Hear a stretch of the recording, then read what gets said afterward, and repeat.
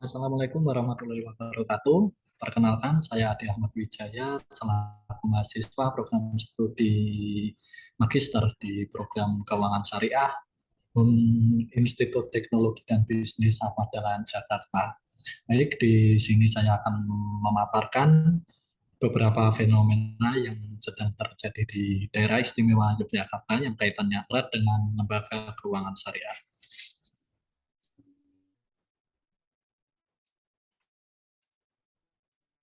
Di mana untuk latar belakang dalam penelitian ini, daerah istimewa Yogyakarta memiliki 12 BPRS atau Bank Pembiayaan Rakyat Syariah yang berkembang secara pesat selama 5 tahun terakhir, di mana total aset yang dikelola oleh BPRS ini terus mengalami pertumbuhan yang cukup pesat.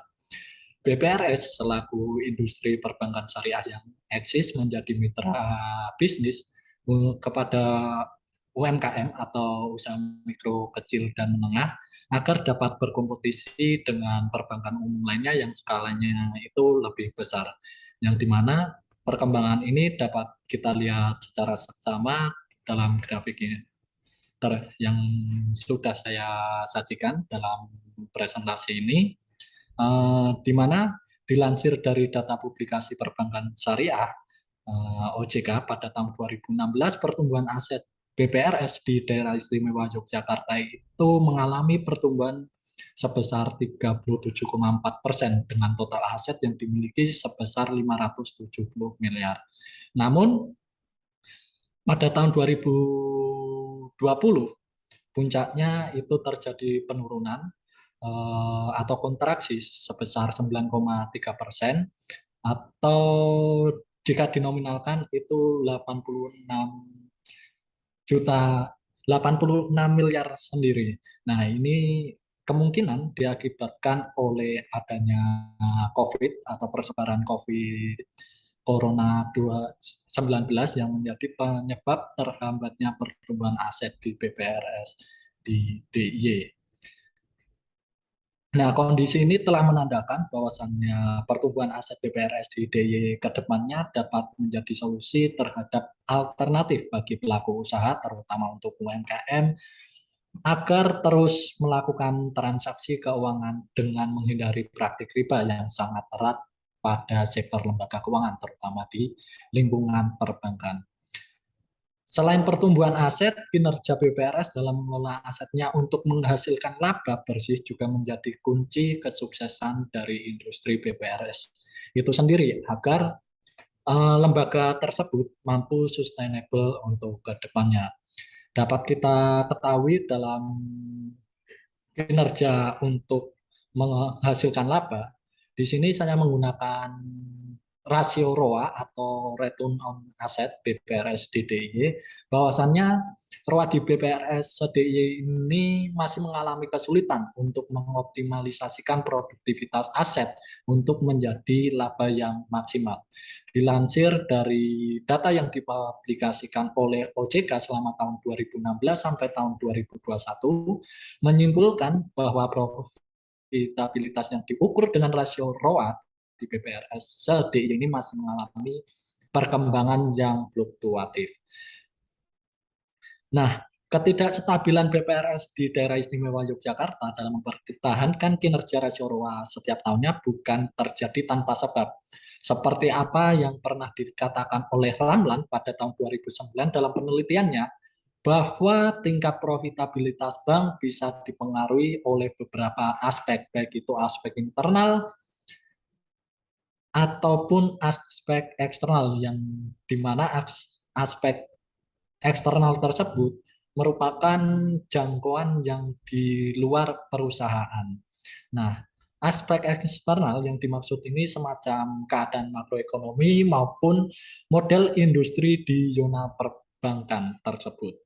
Sebaliknya, untuk aspek internal ini merupakan bank spesifik internal karakteristik.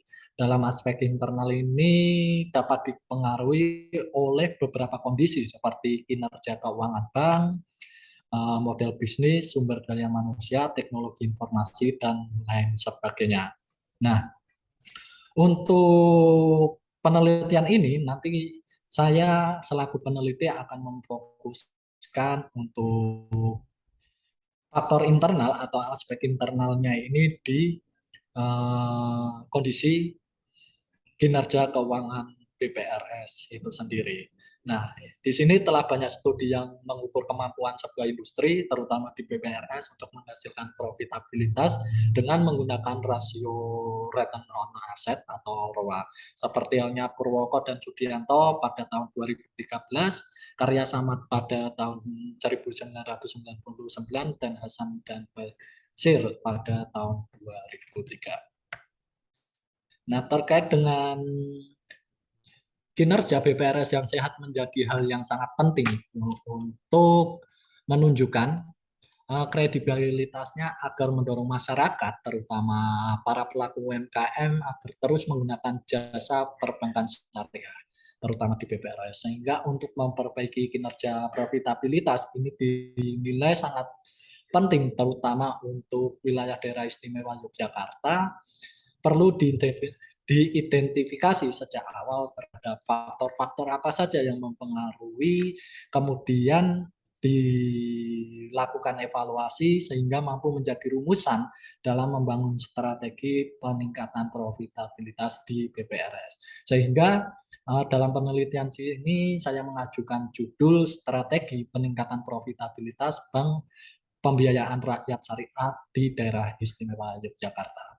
Adapun rumusan masalah, apakah faktor-faktor, baik faktor intern maupun faktor eksternal, itu dapat mempengaruhi profitabilitas BPRS DIY, di mana untuk faktor intern saya menggunakan capital adequacy ratio atau CAR sebagai rasio permodalan, FDR atau financing to deposit ratio untuk mengukur faktor likuiditas, terus BOBO atau beban biaya operasional terhadap pendapatan operasional ini untuk mengukur dari efisiensi bank tersebut, dan yang terakhir itu non-performing financing untuk mengukur bagaimana kualitas aktiva produktif di dalam bank tersebut.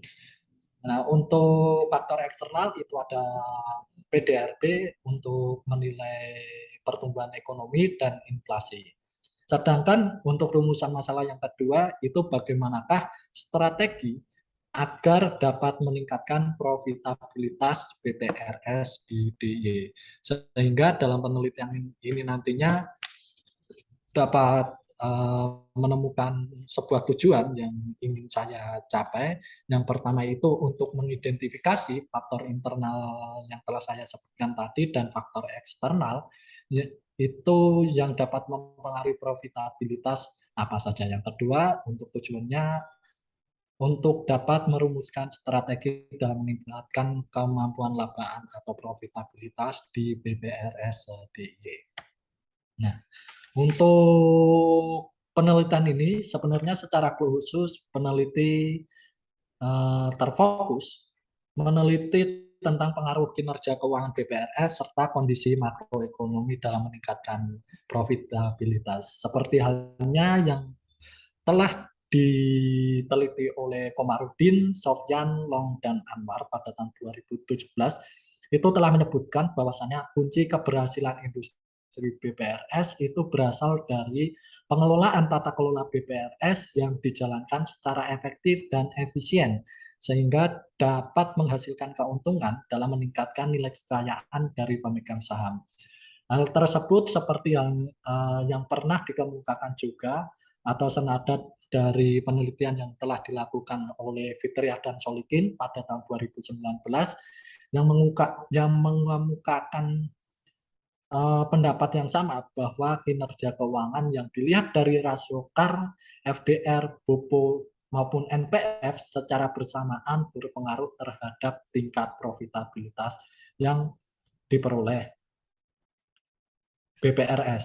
Nah, sehingga atas hal tersebut saya mengembangkan beberapa hipotesis sebagai berikut. Yang pertama terkait dengan permodalan. Saya mengembangkan hipotesis CAR berpengaruh positif dan signifikan terhadap ROA di BPRS. Hal ini senada dengan penelitian yang telah dilakukan oleh Fariski pada tahun 2001 dan Sanusi M dan S pada tahun 2019. Sedangkan untuk faktor likuiditas itu sendiri, saya mengembangkan bahwasannya FDR berpengaruh positif dan signifikan terhadap ROA di BPRS. Hal ini senada dengan penelitian yang dilakukan oleh Juniarto dan Faudati pada tahun 2018 dan Ubaidillah pada tahun 2017. Untuk faktor efektivitas itu sendiri saya kembangkan bahwasanya BOPO berpengaruh negatif dan signifikan terhadap ROA di BPRS. Hal ini senada dengan penelitian yang pernah dilakukan oleh Kusuma Stuti dan Alam pada tahun 2019 dan Wibowo pada tahun 2013. Sedangkan untuk kualitas pembiayaan atau kualitas aset produktif, saya kembangkan bahwasannya NPF berpengaruh negatif dan signifikan terhadap ROA di BPRS. Hal ini serupa dengan penelitian yang pernah dilakukan oleh Al-Munawaroh dan Marliana pada tahun 2018 dan Husaini pada tahun 2017. Nah, sedangkan untuk pertumbuhan ekonomi itu sendiri, saya kembangkan bahwasannya PDRB berpengaruh positif dan signifikan terhadap ROA di BPRS. Hal ini serupa dengan hasil penelitian yang pernah dilakukan oleh Basir pada tahun 2003. Sedangkan untuk pengembangan variabel terakhir itu terkait dengan faktor inflasi, yang dimana inflasi memiliki hubungan negatif dan signifikan terhadap profitabilitas pada BPRS. Hal ini senada dengan penelitian yang pernah dilakukan oleh Istiqomah dan kawan-kawan pada tahun 2020 serta Tumewang dan kawan-kawan pada tahun 2019. Terkait terkait beberapa ulasan tersebut, dalam penelitian ini saya mengajukan metode atau menggunakan metode penelitian ini dengan pendekatan model penelitian mix method atau metode campuran dengan pendekatan explanatory sequential design. Nah, uh, tahapan pada penelitian ini diawali dengan menggunakan pengumpulan data kuantitatif, lalu dilanjutkan dengan pengumpulan data kualitatif untuk membantu menyebutkan dan menguraikan hasil yang diperoleh secara kuantitatif tersebut. Sehingga yang akan terjadi dalam penelitian dengan menggunakan model ini itu bersifat eksplanatori atau mengungkapkan suatu ilustrasi umum atau generalisasi. Nah, selanjutnya hubungan rasio keuangan atau data kuantitatif tersebut, baik rasio keuangan maupun makroekonomi, akan digunakan sebagai kriteria atau faktor penentu dalam mengembangkan hierarki untuk menyusun strategi peningkatan ROA di BPRS dengan menggunakan metode analytical hierarchy proses atau metode AHP. Untuk populasi dan sampel dalam penelitian ini, populasi yang digunakan ialah Bank Pembiayaan Rakyat Syariah yang tersebar di wilayah daerah istimewa Yogyakarta. Nah,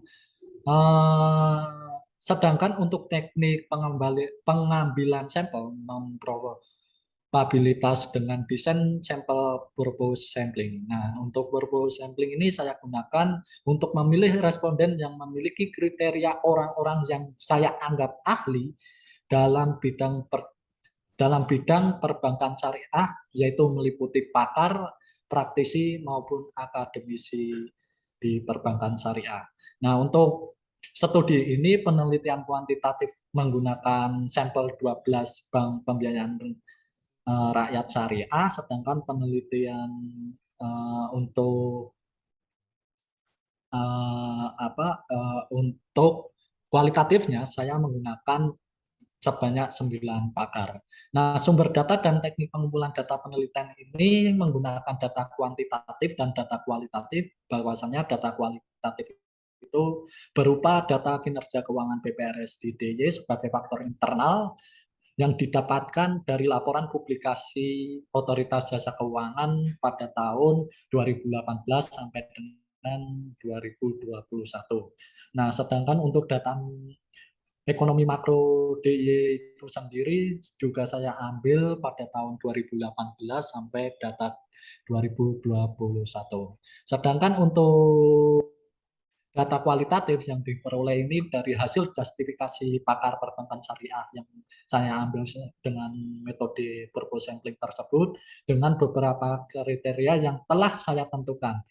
Untuk teknik analisis datanya yang saya gunakan ini yaitu dengan menganalisis deskripsi secara kualitatif, terus dilanjutkan analisis regresi linear, analisis regresi data panel, selanjutnya dilakukan analisis mapping, dan terakhir dengan analisis menggunakan metode analytical hierarchy process atau HP.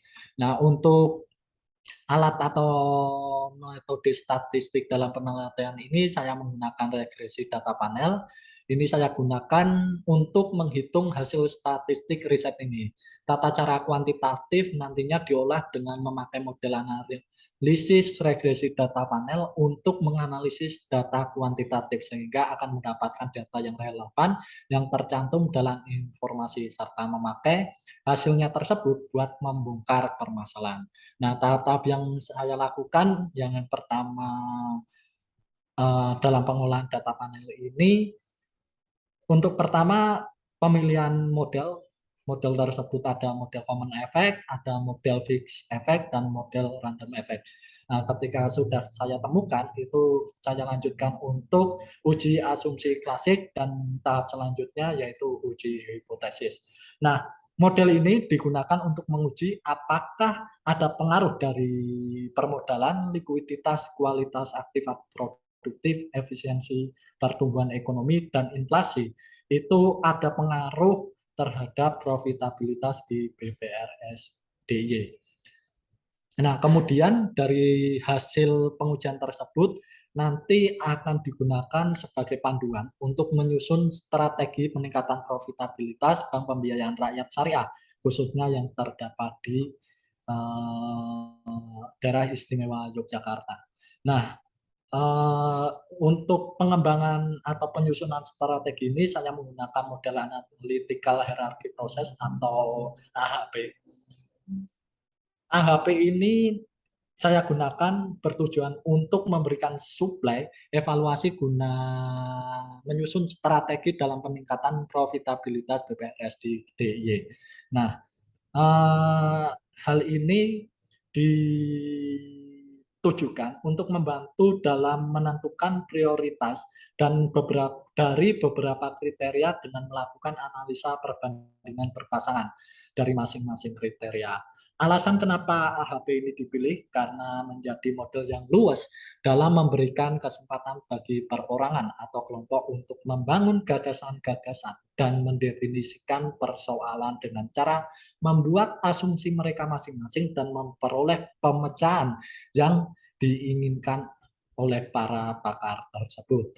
Nah, untuk abstraksi susunan hierarki keputusan ini itu ada 5 level. Yang pertama itu fokus atau sasaran utama yang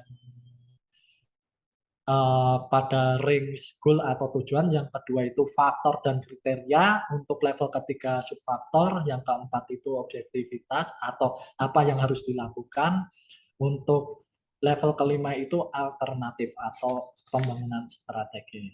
Nah, ini merupakan bagian yang untuk penyusunan awal atau identifikasi awal dalam menyusun hierarki di AHP. Yang pertama itu faktor ada modal, likuiditas, efisiensi, kualitas aktiva, teknologi informasi, kepercayaan, dan regulasi. Sedangkan untuk aktor itu ada direksi, komisaris, karyawan, regulator, nasabah. Dan untuk tujuan sendiri itu ada keuntungan, kepercayaan, efisiensi, dan kualitas layanan. Sedangkan untuk strategi yang dapat ditawarkan menumbuhkan volume pembiayaan, meningkatkan current account dan saving account, yang berikutnya mengoptimalkan teknologi, berikutnya meningkatkan efisiensi, dan terakhir meningkatkan kualitas produk dan produktivitas sumber daya insan. Tujuannya ini dapat merumuskan sebuah strategi nantinya agar mampu meningkatkan profitabilitas BPRS di daerah istimewa Yogyakarta. Mungkin itu saja yang bisa saya paparkan. Bila ada salah kata, saya mohon maaf. Saya akhiri. Wassalamualaikum warahmatullahi wabarakatuh.